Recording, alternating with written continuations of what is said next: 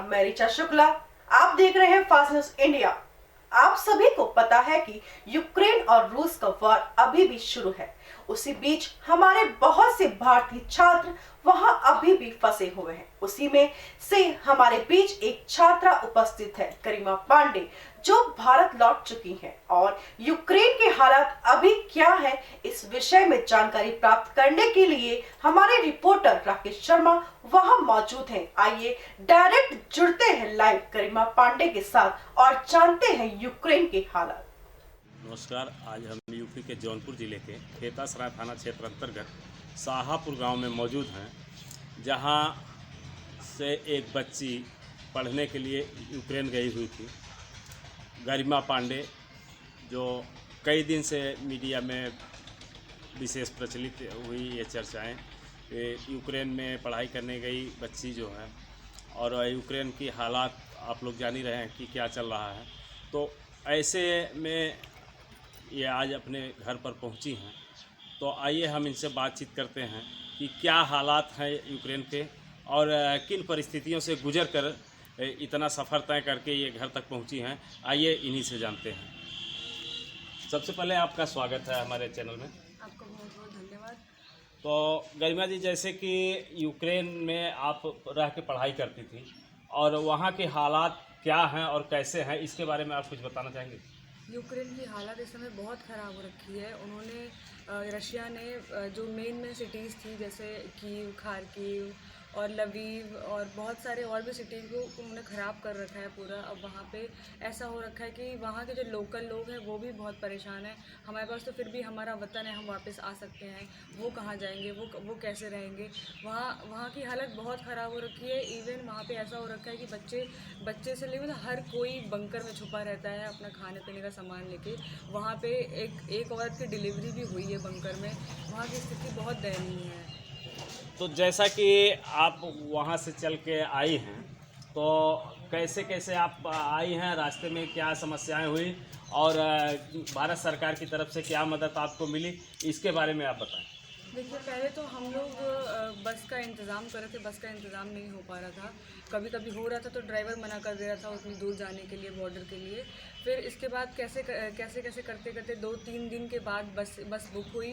फिर हम लोग बस में बैठे और सब पूरे बस के सारे विंडोज़ में हर जगह इंडियन फ्लैग लगाया ताकि हम सुरक्षित जा सकें बॉर्डर तक। फिर वहाँ से हम लोग निकले, कम से कम 20 से 30 बच्चे सब निकले वहाँ से बॉर्डर तक अपने रिस्क पे। वहाँ पे हर जगह, हर रास्ते पे, हर 5 मिनट पे चेक पोस्ट होता था, वो चेक करते थे। लेकिन हमारा सौभाग्य यही था कि भारतीय झंडा देके हमें जाने दिया जाता था। लेकिन 1-2 चेक पोस्ट ऐसा था जहाँ प्रॉपर चेक करते थे, अदरवाइज़ भारतीय झंडा देखते ही हम लोग को पास कर दिया जाता था।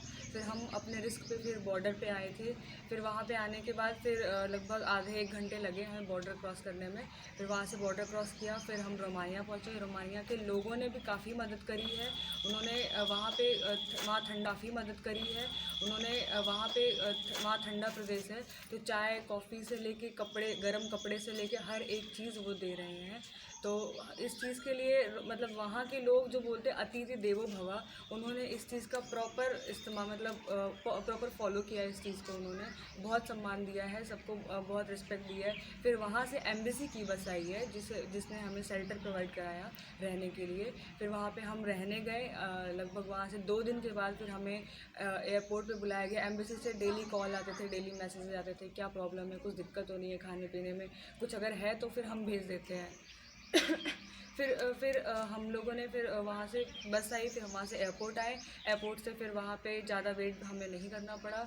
फिर हमें लगभग आधे घंटे 45 मिनट के अंदर हमारी फ़्लाइट मिल गई थी। फिर हम चले आए थे वहाँ से दिल्ली।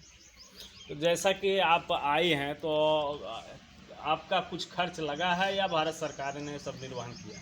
देखिए, जो मैक्सिमम खर्च था वो भारत सरकार ने दिया है। बॉर्डर तक आने का लगभग 15,000 रुपये लगे थे, तो वो हम लोगों ने करा है। लेकिन उसके बाद का जो भी एक्सपेंस था सब भारत सरकार ने करा है। तो जैसे जिस फ्लाइट से आप आई हैं उसमें कितने लोग आए हैं और सभी भारतीय थे या अन्य कंट्री के भी लोग आए हैं? फ़्लाइट में सभी भारतीय थे और फ्लाइट की जितनी कैपेसिटी होती है 150 to 200 उतने ही स्टूडेंट उसमें थे और सभी इंडियंस थे। हम लोग इंडिगो फ़्लाइट से आए थे। तो हम लोग रोमानिया से वहाँ पे सुसीवा एयरपोर्ट है जहाँ पे हम लोग का शेल्टर था, सुसीवा से लेके दिल्ली तक हम लोग इंडिगो से आए थे। टोटल इंडियंस ही थे। तो दिल्ली के बाद घर तक का सफ़र कैसे आपने तय किया? फिर दिल्ली के बाद फिर हमने गवर्नमेंट ने दूसरी टिकट कराई थी, वो थी दिल्ली से लखनऊ की। फिर वहाँ पे कुछ 3-4 घंटे का हॉल्ट था। फिर वहाँ से दिल्ली से वाराणसी की, फिर हम वहाँ से वाराणसी आए। फिर वाराणसी से यहाँ तक भी हम गाड़ी से आए और यहाँ पे हम लगभग रात को 10 बजे तक अपने घर पहुँचे। तो अभी आप स्वदेश वापस लौटी हैं, इतनी कठिनाइयों में जो है आपका समय बीता है, तो अभी कैसा महसूस हो रहा है आपको? अभी हम बहुत सेफ, सुरक्षित, और अब हमें ये नहीं है कि हमें सायरन बजने का वेट करना है और सायरन बजेगा तो हमें भागना है। जूते और कपड़े पहन के बैठना नहीं है भागने के लिए। तो अभी बहुत सुरक्षित हम फील कर रहे हैं। हमें बहुत आराम और अच्छा लग रहा है अपने घर पे आके। आज आप क्या संदेश देना चाहेंगे? मैं संदेश यही दूंगी कि जैसे गवर्नमेंट ने हमारी मदद करी है, बस ऐसे करते रहें लोगों की, जो भी बाहर फंसे हुए हैं। अभी भी वहाँ पे बहुत सारे स्टूडेंट्स हैं, तो मैं यही बोलूँगी कि उनको भी लाया जाए। सबके घर वाले परेशान हो रहे हैं, वो भी अपने घर आ जाए। वो भी वीडियो बना के डाले जा रहे हैं ताकि गवर्नमेंट तक बात पहुँचे कि यहाँ भी वो भी अपने घर आ जाए। वो भी वीडियो बना के डाले जा रहे हैं ताकि गवर्नमेंट तक बात पहुँचे कि यहाँ भी और भी बहुत सारे बच्चे हैं। तो सारे बच्चे सब अच्छे से चले आएँ, सभी हमारे जितने भी साथी लोग हैं सब चले आएँ और गवर्नमेंट ऐसे ही हम सबकी मदद करते रहे। हम बहुत बहुत शुक्रिया अदा करते हैं हमारी मदद करने के लिए, और ऐसे ही सभी भारतीय वहाँ से चले आए सुरक्षित अपने देश में। तो ये थी गरिमा पांडे। इन्होंने यूक्रेन से जौनपुर तक के सफ़र को बयां किया है, किन परिस्थितियों में कैसे कैसे ये अपने घर पहुंची हैं। तो आइए हम बात करते हैं, गरिमा जी के पिताजी भी मौजूद हैं, इनसे हम बात करते हैं कि आज अपने बीच बेटी को पाकर कैसा महसूस कर रहे हैं। सर्वप्रथम मैं भगवान शंकर का स्मरण करते हुए मैं सर्वप्रथम सारे मीडिया कर्मी कर्मचारी भाइयों का मैं बहुत बहुत आभार व्यक्त करता हूं, जिन्होंने 24 तारीख से ही अनवरत इस चीज़ को छापा है पेपर के माध्यम से। और मैं यहाँ के यशस्वी विधायक एवं राज्य मंत्री आदरणीय गिरीश चंद्र यादव के संज्ञान मैंने दिया था, उन्होंने बड़ी त्वरित गति से कार्रवाई किया है। मैं सभी जनप्रतिनिधियों का स्वागत अभिनंदन करता हूँ। और मैं भारत के यशस्वी प्रधानमंत्री आदरणीय मोदी जी और देश के रक्षा मंत्री आदरणीय राजनाथ सिंह का मैं बहुत बहुत आभार व्यक्त करता हूँ, जिन्होंने कठिन चुनौती को स्वीकार करते हुए सभी भारतीय बच्चों को स्वदेश लाने का काम कर रहे हैं। और मैं एक बात और कहना चाहता हूँ कि भारत का जो शान बढ़ाया है आदरणीय मोदी जी ने, इस पर मुझे बहुत गर्व है। और मैं आदरणीय मोदी जी से एक आग्रह करूँगा, कभी जो और बच्चे फंसे हुए हैं उनको भी स्वदेश लाएँ। मैं यही मैं आपसे आग्रह करूंगा, निवेदन करूंगा। दूसरी चीज़ है कि मेरी बेटी को यूक्रेन से यहाँ आने में हमारा एक पैसा खर्चा नहीं हुआ है।